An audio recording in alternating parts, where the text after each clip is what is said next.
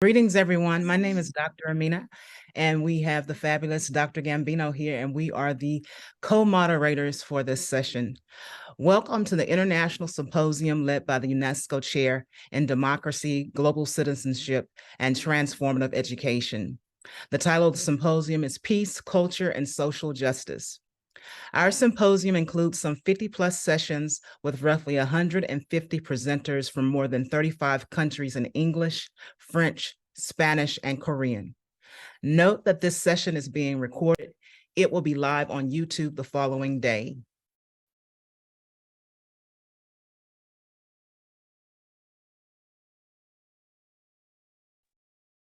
Additionally, there will also be live interpretation services available courtesy of Pedro Gamboa and his fabulous team of interpreters, for which this conference would not be made possible and accessible globally.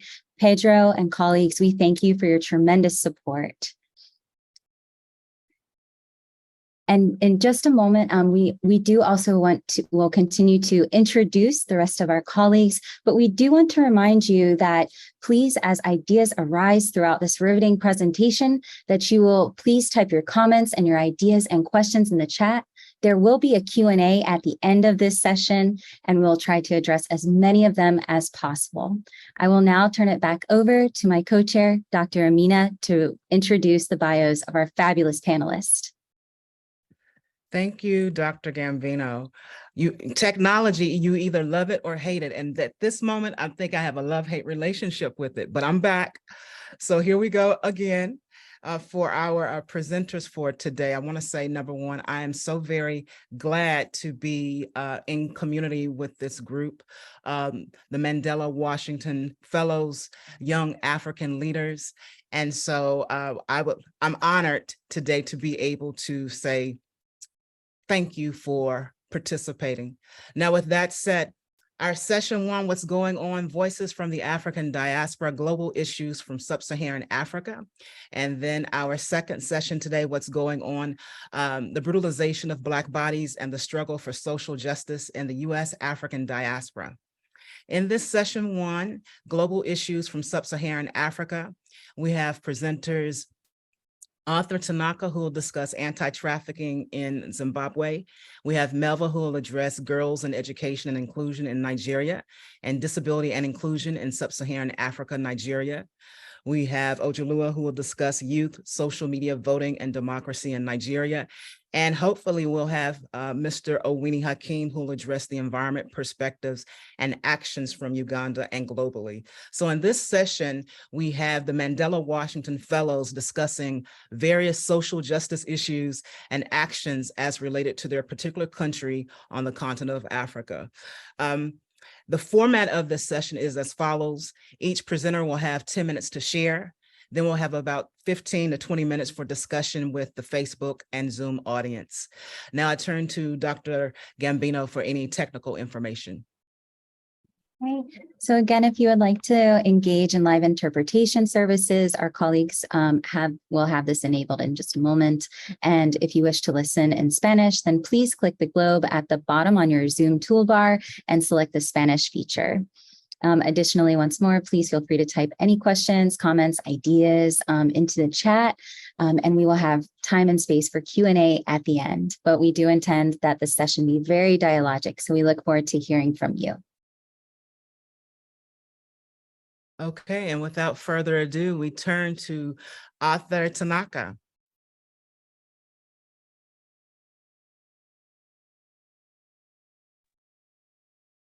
Hello, good morning, everyone. Good afternoon, all. My name is Tanaka Mparadzi. I'm from Zimbabwe, and I will be discussing anti-trafficking issues in Zimbabwe. Zimbabwe is a source, a destination, and transit point for human trafficking perpetrated by criminal networks. Victim intimidation occurs in Zimbabwe, with victims being forced by traffickers to pay money under juries in exchange for avoidance to prevent being killed. The COVID-19 pandemic led to an increase in forced child labor, sex trafficking, and child marriages. Human trafficking and irregular migration in Zimbabwe is facilitated by complicit cross-border transporters and corrupt border management between the borders of Zimbabwe and South Africa. Human trafficking in Zimbabwe. Is the organization, a non-governmental organization in Zimbabwe, Trafficking in Persons Advocate Network Trust. We are working with communities.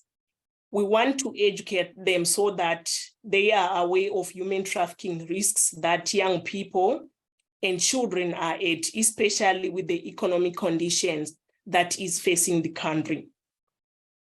Somebody comes along and asks or promises a good job and takes the child abroad, just like with the neighboring countries in South Africa or Botswana. And once they leave the remote areas, the parents of the child, they will never hear from them, either their child or the person who took their child with them. Another scenario that happens in the country is among families where relatives in the urban cities visit relatives in the remote areas. They ask for the young children or the young people to come and stay with them, work as maids or gardeners while they attend school. But once the children or young adults leave the villages, the promises will never confirm. They will rarely attend school, and they normally suffer from abuses like physical abuse, emotional abuse, and they end up not going to school as promised by the relatives in the urban areas. Sometimes the poor young girls from the remote areas who are promised for work opportunities, they are sexually abused and impregnated by the husbands of the families they work for. And in the end, they often live under poor conditions, such as sleeping on the floor, ill treatments, or even physically abused. I'll discuss about the socioeconomic conditions as a nuisance. Many parents or guardians simply expect that their children and young people will have better lives in the city and also look after them. But a lot then happens after the young adults and children leave the remote areas. It is another form of human trafficking that is taken lightly in the country. High inflation, unemployment, and instability of the local currency has contributed to many young people being trafficked. The worsening socioeconomic conditions have pushed for an increase in the trafficking trends in the country, resulting in young women and girls being trafficked to the Middle East in destinations such as Kuwait, Lebanon, Saudi Arabia, Oman, and the United Arab Emirates after responding to false jobs in the job adverts in our local newspapers. Most people are often trafficked for cheap labor and sex work to neighboring countries. Hence, trafficking of young women and girls overseas alerted the government to take corrective measures. Our work as an organization in the anti-trafficking field. Our work revolves around combating human trafficking, research and education, with 4 thematic pillars, which are advocacy, provision of psychosocial support and counseling services, awareness raising, and victim identification. In advocacy and capacity building, we create spaces for advocates to learn from one another, provide professional development opportunities to develop new skills through our training for transformation program. We also offer skills training for re-employment and engage the trafficked victims' family to provide counseling for the purpose of reunification of victims with their families. Survivors have been instrumental in advocating for and guiding the incorporation of trauma-informed and comprehensive approach to human trafficking in the nation. Our engagement as an organization with trafficking survivors who have lived experience on human trafficking have helped us develop programs that are survivor-informed and is crucial for the government's legislators in the policy formulation process. Our impact in the communities. We educate communities through our educational awareness campaigns workshops about risks of trafficking in persons. The survivors we are working with are now able to stand out in their communities and identify red flags on human trafficking. Through victim identification, we facilitate repatriation of victims through collaborations with the Ministry of Foreign Affairs and the Department of Social Welfare by providing them with full details of identified victims, thus the victims' full names, their age, the passport numbers, and the locations in the trafficked destinations. This have highly helped in the repatriation process of the trafficked victims. We also offer psychosocial support and emotional support to the survivors of trafficking in persons through free provision of counseling and therapy sessions. We link trafficking survivors to medical and legal assistance through our collaborative efforts with other non-governmental organizations, such as the Counseling Services Unit supporting trafficking survivors. We provide educational assistance to survivors whenever opportunities arise. What's in our pipeline for our work? We want to work with the police, immigration department, and the bus drivers. Since the bus drivers transport people to the borders and the truck drivers often end up trafficking people as they facilitate illegal border crossing. We also want to engage the lawmakers to effectively craft legislation to curb human trafficking in the nation. We intend to strengthen our work with women groupings that are crossing borders to work in farms in South Africa. We also intend to establish partnerships with existing anti-slavery networks in countries where our young people are being trafficked to. These connections will help provide for physical safety for victims before repatriation and minimize loss of track with victims, which is the most common challenge along the repatriation process. Ways we can work together and prevent trafficking. As a global citizen, we call everyone to take a stand out on the red flags on trafficking in persons. We urge every citizen to understand the risk factors to prevent individuals from being trafficked. It is essential to recognize indicators and signs of human trafficking and get to understand the victim's perspective. Know what to do and who to contact to report trafficking in persons. You are encouraged to share resources with your communities at local and public events. You can report suspected human trafficking to federal law enforcement by calling local hotline numbers in your local countries. Expand awareness in your communities by educating yourselves and communities what human trafficking is and how to recognize signs of exploitation of another person.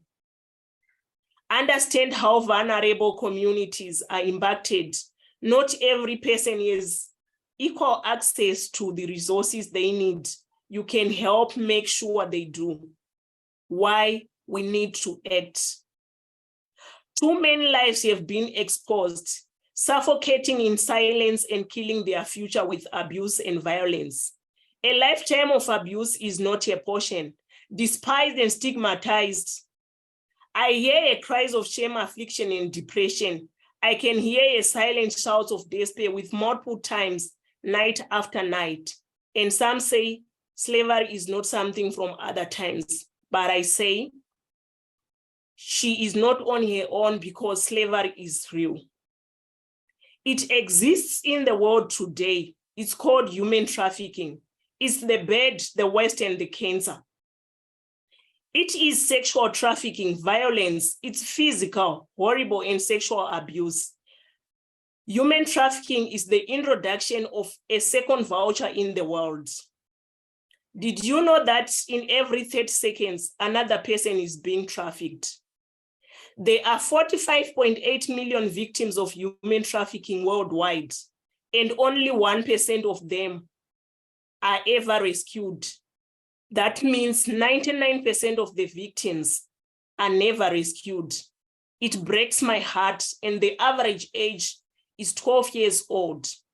They are bought, abused, raped, and sold. Human trafficking, it's an inhuman act at the detriment of the poor. It's not only a global crime, it happens in our own communities. You and I won't stop until everyone is free. We have a duty to do good because she is valuable. Her freedom is not negotiable. Her value is worth more than gold and silver. She deserves to be loved, respected, and applauded with no strings attached. I believe in a world without slavery, a world without child trafficking and sexual exploitation. I believe in the power of freedom, of hope, love, and the freedom to inspire and restore joy. If not now, then when? Her story doesn't end here because she is powerful and courageous. You and I are the key to unlock and restore her freedom. Her life matters, and we will deal with one life at a time. Let's amplify the voices of victims of modern day slavery. Her story is not over yet. Take a stand today to raise a voice for the voiceless. She is not for sale because she is priceless. The time is now for you to be a world changer. Join me today in making history together and fight human trafficking because she deserves. Let's not wait to make an impact until it is late to start. Freedom is legacy. Thank you. Thank you. Thank you so much. Thank you, Author Tanaka. Thank you so much for that. We're going to turn to our next, oh, hold on. Plenty of hand claps for you. Plenty of hand claps for you. We're going to keep questions to the very end. We're going to move over to our next presenter, Ms. Melva from Nigeria. And then our next presenter after Melva will be Ojulua. Thank you. Melva, you have the floor. Thank you very much, Dr. Amina. I'm going to be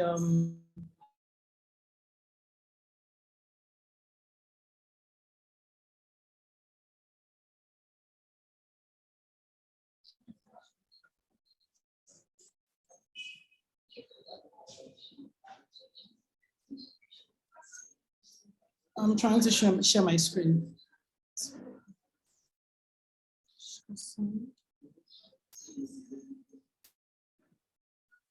You're unable to share screen, and Ms. Melva, if you need anything, feel free to ask. We're here to assist. Okay.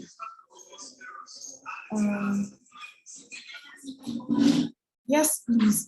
Can you share my screen from your end? Can you share my slide from your end?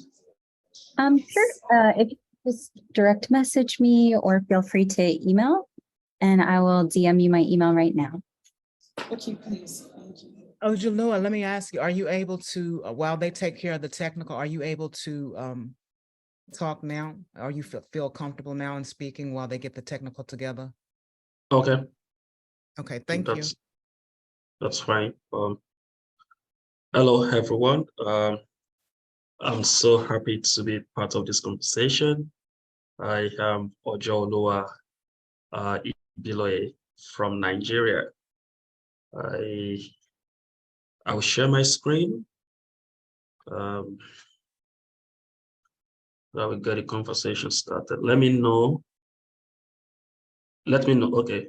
All right. Yes, All right, beautiful, great. beautiful, thank you. Perfect. It's so meaningful to me to share the same space with my fellow mates, Melva from Nigeria and Tanaka. So briefly this morning, I'll be taking this very great opportunity to share about my work and with focus on the youth, social media, and voting, and of course, democracy in Nigeria. So this, my first slide, these are young Nigerians who have benefited from my work.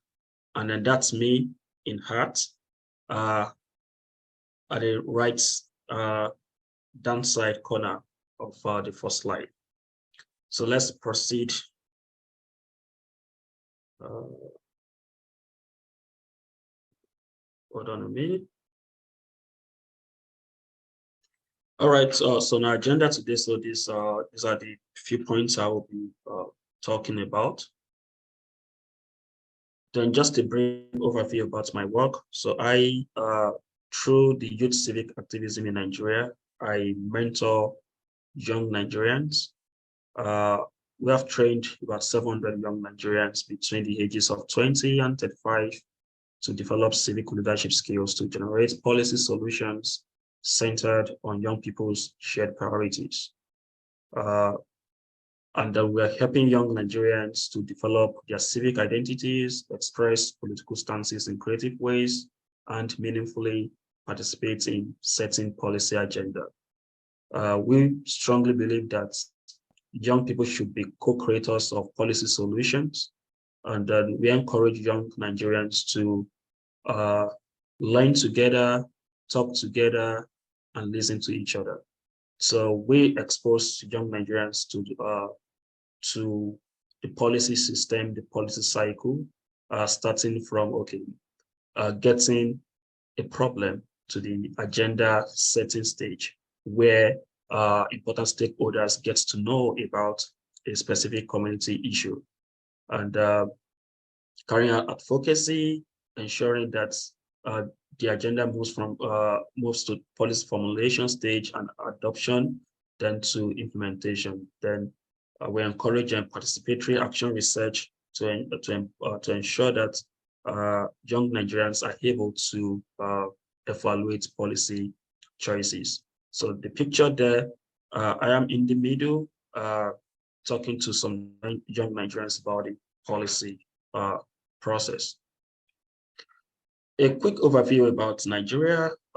Nigeria's population is well above 200 million. And then 60% of the population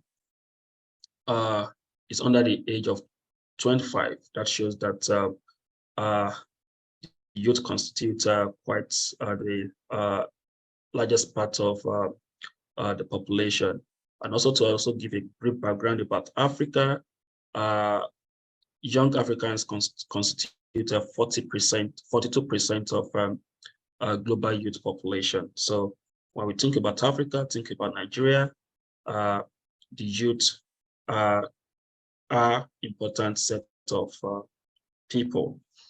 Youth engagement and participation in the democratic process can drive social and political change, which of course I will demonstrate as we proceed how young Nigerians have actively how they have been participating in the political process and the policy process as well. Youth on social media in Nigeria, quite a number of young Nigerians are very comfortable using social media for activism and advocacy, calling the attention of elected officials and the bureaucrats to community issues, to social justice issues. And we have actively used particularly X, formerly Twitter, Instagram, and WhatsApp to coordinate social action. Social media has become a primary source of news and information for many young Nigerians because it is on these platforms that they get information that the traditional media are unable to provide. And it offers opportunity for real-time engagement. So these are some of the, like the last election, we had our general elections in February of 2023. And then you can see how young Nigerians are using the platform to provide election updates in real time. And then in 2020, social media was used to coordinate a social action named EndSARS, calling for an end to police brutality in Nigeria. So despite that, we still have challenges. In the last election, there are well above 93 million registered voters in Nigeria, and 39% of the population that are eligible to vote in Nigeria are between the ages of 18 and 34, but only 27% of eligible voters participated in the last Nigeria's general election, signifying that young people did not convert their social media activism into meaningful vote. So this is an area that we are still looking to improve, to ensure that young people participate on election day. So we have been able to extend our voices beyond Nigeria through social media. In October 2020, the global community joined us in amplifying our voices for the EndSARS protest, and also the significant legislation in Nigeria that now makes it possible for 25-year-old to contest for a seat in the House of Representatives. We achieved that through the hashtag Not Too Young to Run bill prior to the 2019 general elections in Nigeria. And it has also encouraged citizen journalism, encouraging local opinion and the free speech. But there's a bit of, in still trying to encourage free speech, digital misinformation and misinformation are issues that we need to tackle. Deliberately, political leaders try to push propaganda and then information that they intend to use to mislead the minds of the youth. So we are also building capacity of young people to use digital tools to fact check information in order to guide their action. So apart from social media, people also, young people also, they have participated in events like public rally to monitor and follow the vote.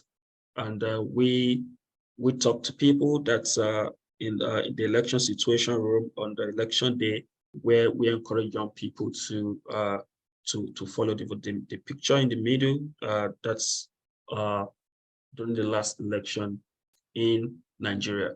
And beyond that, we also deploy digital tools to add to reach communities where there's no internet connection. So we designed some policy explainers in animation and illustration to also include the people in hard-to-reach communities. So some quick recommendations where we still need to intensify our efforts to equip young people with critical thinking skills to identify and counter misinformation, promote peaceful and constructive engagement, avoiding violence or incitement, encourage peers to hold political leaders accountable, ensuring their voices are heard. And then to policy makers in Nigeria, we need to develop youth training to stop misinformation while respecting free speech. There's a battle for fact.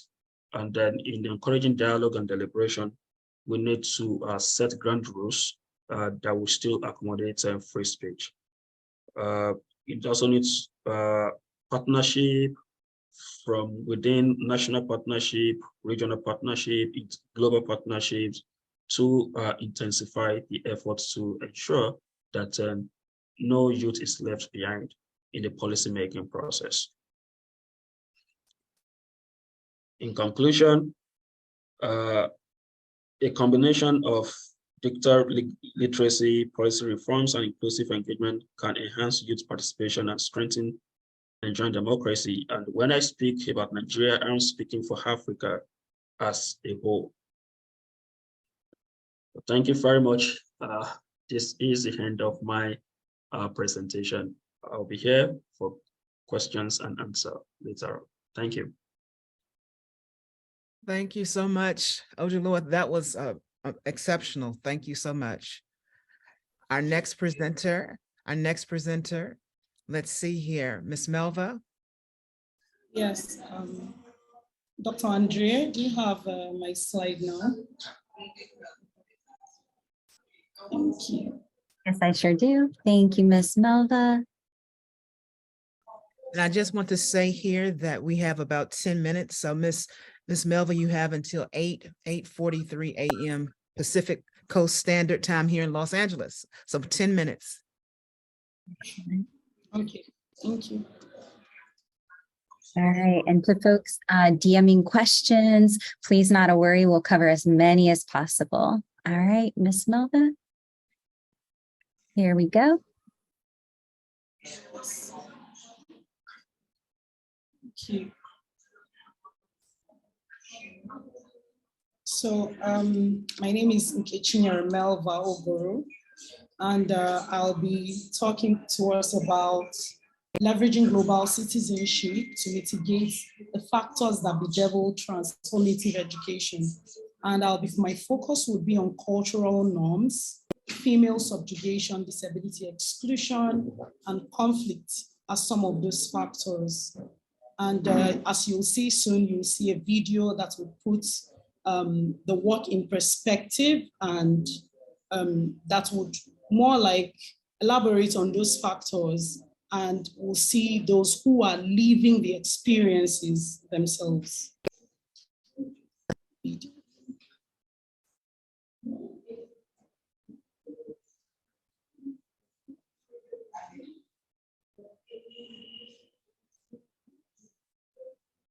The sound is a bit. My apologies for the sound being low.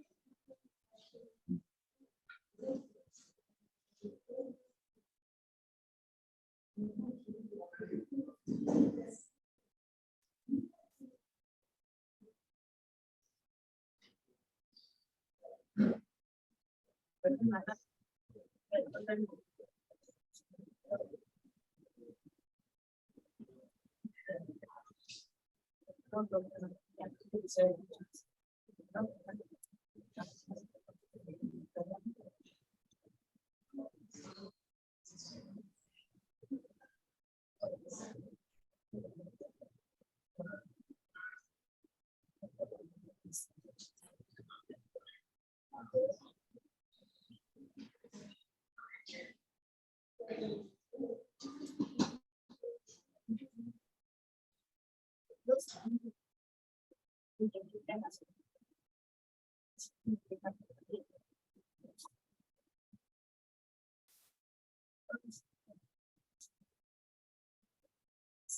very long lines. And was for long lines. This one is that is this thing is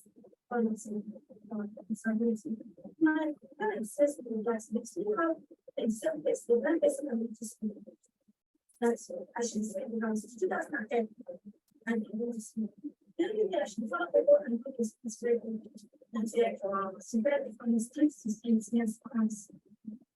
That's it. That's awesome. And until now.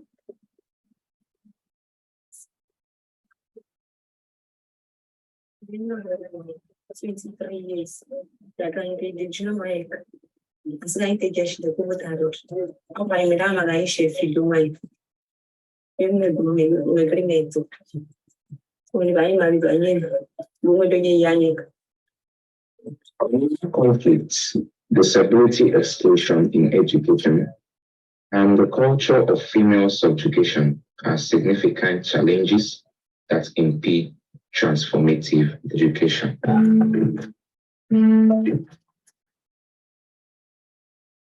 Thank you very much. I hope you found the film both inspiring and thought-provoking. You'll see in the film, in the short film, a culture of female subjugation that has been perpetrated by war, conflict in a community where women are bound to dead warlords and are made to stay married, to stay in their homes and have children without going to school.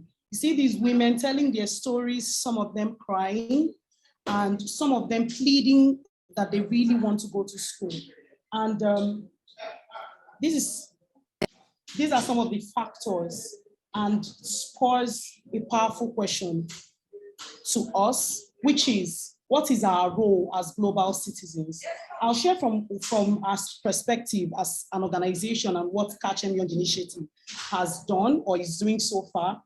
One of it is creating awareness. We engage target communities through consultations and gain entry, what we call community entry. Then we source for data. Data is really important in the work that we do, and map refugee populated areas to understand the carrying capacity of existing structures such as schools, health centers, health facilities within each community, basic utilities such as water, lights, that's where any exists. And then we go ahead to find out if there are disability inclusive structures such as ramps, if at all there are routes in those areas, and if at all there are any school that accepts persons with disability, because they outrightly do not accept them in the schools within the rural communities because they are considered uneducable. Then we identify and mobilize partnerships, including community partnerships. In fact, community partnerships are usually very important to our work because that is how we're able to sustain the solutions that we provide in the communities. And then we engage local government and state partnerships as well, which often are very welcoming and very ready to partner with us to provide solutions. We then mobilize resources. Then we also engage policy advocacy. I've talked about data mining, how we mine data, and then,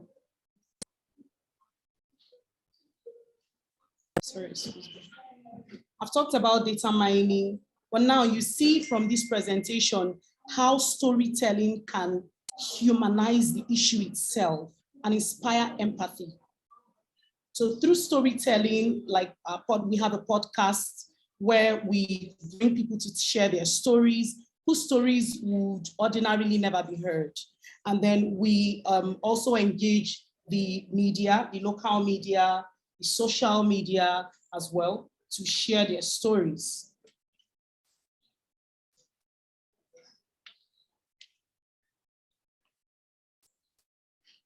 And the last slide, we moved so fast.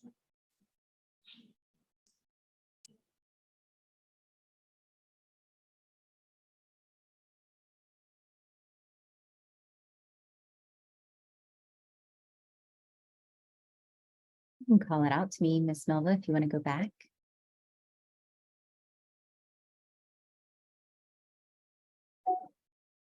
Miss Melva. We engage programs and derive more data from.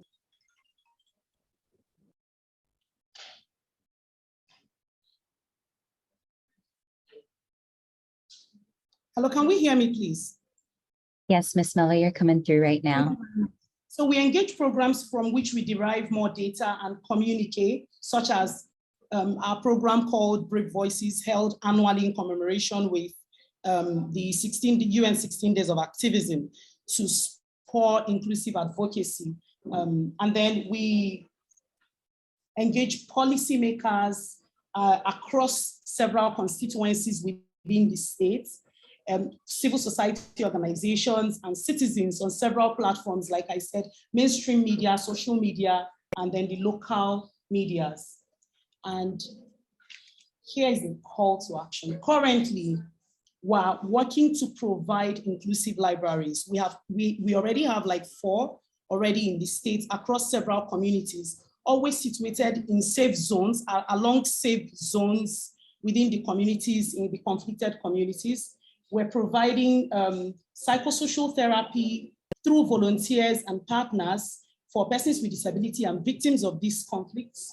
We also provide mentorship, academic tutoring, and skills training for mentees. Since 2019 till date, we have awarded scholarships to about 20 girls, including persons with disability, for both tertiary education and secondary education.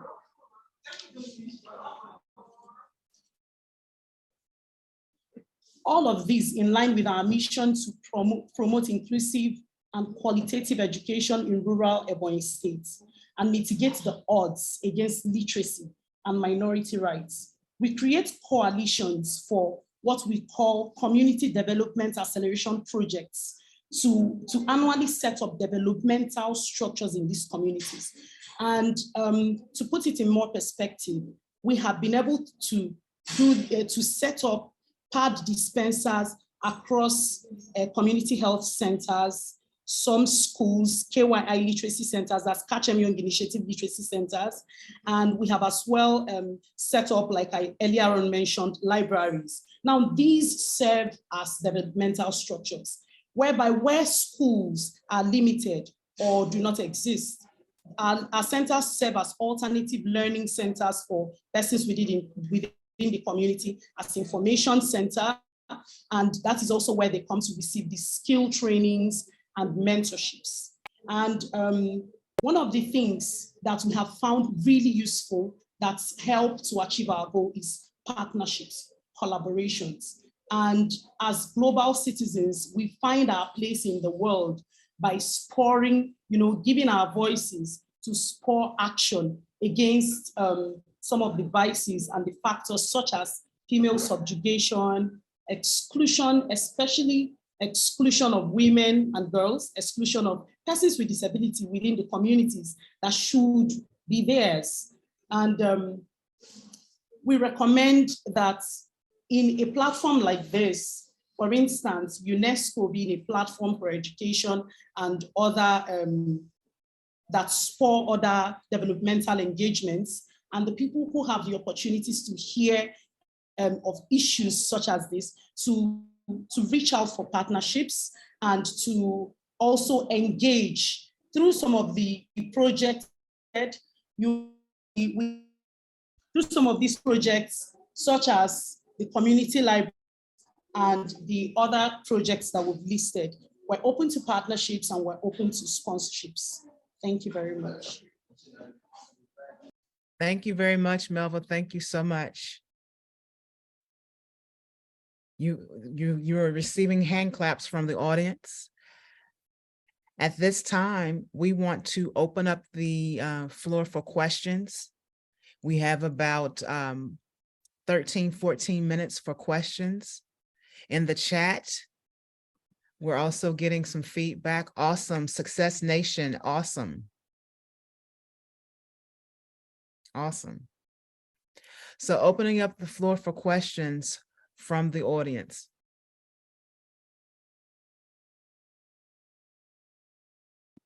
I have a question going back to Arthur Tanaka. You talk about some of the signs. For some people are aware of the signs of exploitation and others are not. For the layperson, can you share some signs of exploitation? Say, for example, if you're on an airplane and something doesn't seem right, or if you're out and about in public, what are signs that people should look for in regards to trafficking? Yes, so for the signs of trafficking, when it's in the public or you're on plane and you want to recognize that this person is a trafficked victim, normally they are afraid to talk. They don't want to share or even to share their name with the audiences. And you can even see that the person is not feeling comfortable to be in the public. They feel like they are intimidated to talk to anyone, and also they want to hide themselves. They don't want to show up. So those are some of the signs that you should look out for when you want to identify that this person is a trafficked victim. Okay. And once they identify maybe some characteristics of someone being trafficked, what are some next steps that they should take? You mentioned the police, but for the layperson who has no idea what to do, what are next steps if they feel as if someone is being trafficked?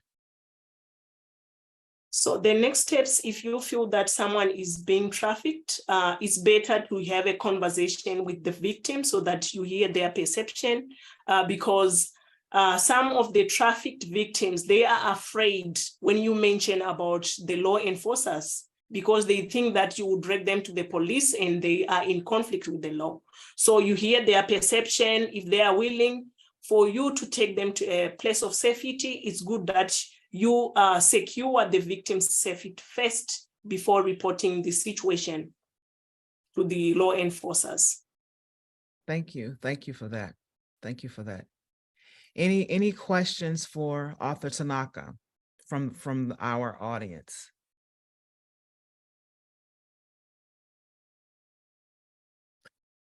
Mr. Ojulua, tell me this. Your topic is very fascinating: youth, social media, democracy, Nigerian youth. Can you give us more context in regards to how this topic came about and also just the power of social media? When I was coming up, we didn't have access to social media, but if you can talk about more context in regards to how this topic came about, as well as the power of social media for organizing. Currently, social media serve as a powerful tool or platform for young people to organize. It's like a digital civic space where young people can provide data about events and challenges in their communities. Just like gathering in a physical space and then talking to each other about our community concerns. Like social media has now provided a digital platform where young people can engage in dialogue and deliberation, and of course, use the platform to call the attention of decision makers to certain issues that they want either the legislators to legislate about or the executive to make policy about, and also to hold leaders accountable. And of course, on social media has really served as a transformative agency for policy development. And then we have seen cases whereby administrators or government leaders respond directly to questions or to queries on social media, and we have seen where we have seen changes, significant changes. I will still reference the NSAS social movement in Nigeria of 2020. We mobilized, we organized, using the social media. Because over the years, young Nigerians have suffered from the hands of Nigerian police brutality, violation of human rights. And because we took to the streets and were confronted with the law enforcement shooting and shooting tear gas and live ammunitions. So we had to move the activism to social media, and we're able to also get the attention of the international community far beyond Nigeria. So it has really been a platform that the young people utilize to bring attention to issues that concern them in their, or issues that matter most to them in their communities and country. Thank you. Thank you for that. Thank you. I think it's really important to look at this as a form of activism, advocacy. You know, here in the United States, we have, in recent years, it's been Black Lives Matter, but before that, Black Arts Movement, it's been Civil Rights Movement. And many of those movements, 60s and beyond, didn't have access to social media. So I'm just reflecting on how those movements could have reached greater capacity internationally if we would have had access to social media. So great perspectives. Thank you so much. And we also have a question here in the queue. Question for Ms. Melva. In your experience, what has been the biggest challenge to achieving inclusivity in education and economic participation generally? Thank you very much for that question. So in my experience, one of the challenges that I think one of the biggest ones have been the cultural norm.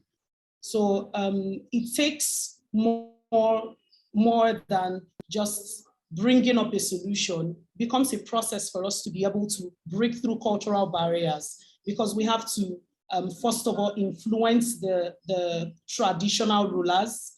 We have to first of all get their buy-in, and then it takes longer time before we're able to penetrate with our solutions. But so far, in Ebonyi State, within the rural communities, we've been able to gain grounds in the rural communities, especially where we have community literacy centers, because one of the first things we do is find some of the common challenges of the community. Also,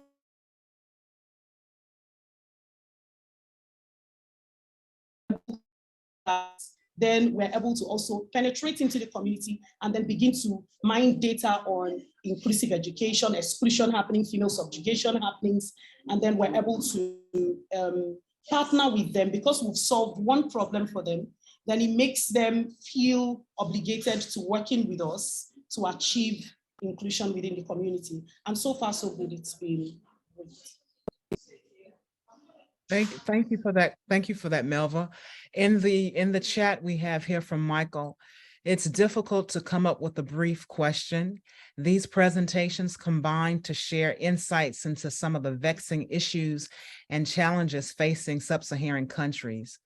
With greater public awareness of these issues and challenges in the US and Europe make a difference. Repeating, with greater public awareness of these issues and challenges in the US and Europe make a difference. Clearly, there are gaps, economic resources, etc. Is there also a problematic knowledge awareness gap? So a two-part question coming from Michael. Who would like to respond to that? We have about 5 minutes.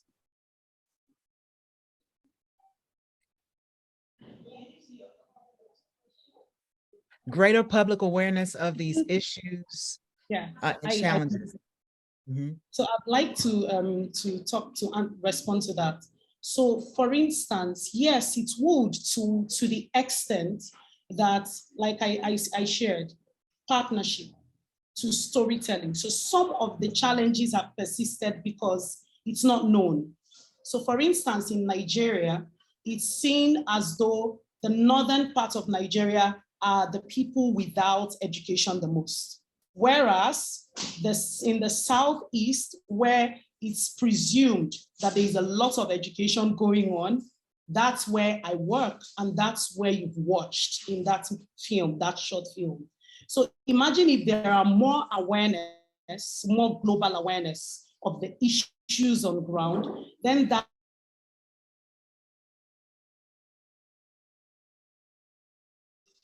especially research makes it easy for people to have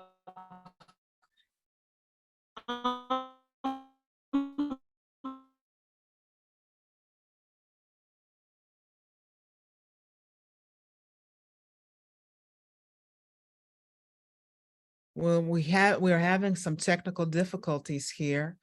Let's see. Let's see. Melville.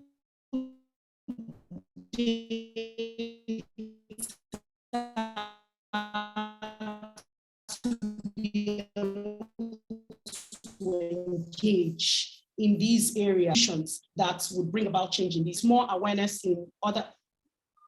Are we still on? Yes. We can hear you now. I think she went out and came back in. Perhaps if someone else would like to offer a thought on Michael's question. Yes, Yes. let me. All right, you can go, Ojolua. Okay, let me jump on that just to stress the point that Melva was trying to raise. I think we'll need to empower Africans to tell their stories. Nobody can tell African stories better than Africans. So, and then the media, the local media, that's not really be helpful in telling the African stories. And then I think where efforts can come is to, for global partners to work directly with initiatives like, and I think most of the support going to the government. And I think the government and the effects are not really getting down to the right people. So I will encourage a global partnership with initiatives and organizations that are working to bring awareness to some of these issues in Africa. And then management of resources, because accountability has really been an issue, because US government gives out thousands of US dollars, millions of US dollars every year with no result. We need to start asking questions about, okay, what are the resources, where is the money going? So for us to achieve credible results. Okay. And for the sake of time, Tanaka, 30 seconds, and then we have to wrap up. Do you have any other comment related to this question? So what I also wanted to say have been said by Ojolua, that nobody can tell the African stories, but it's good to empower the Africans so that they tell their stories better. Okay. And thank you. Thank you. I think that's a great closing comment, as I want to say thank you to everyone who has attended this session, especially the presenters. Can we please show them some type of reaction? Give them some love, give them some hand claps. We appreciate you. We also want to say, please continue to follow the symposium through the website, the Facebook page, and the YouTube page.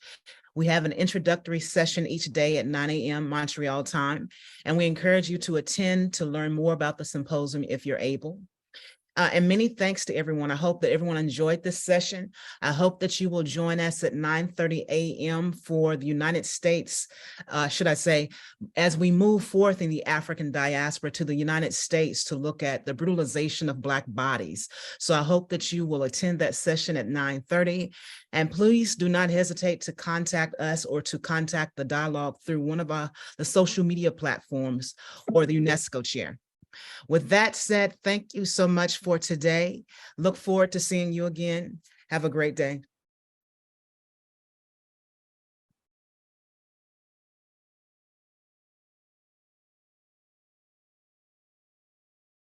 Thank you.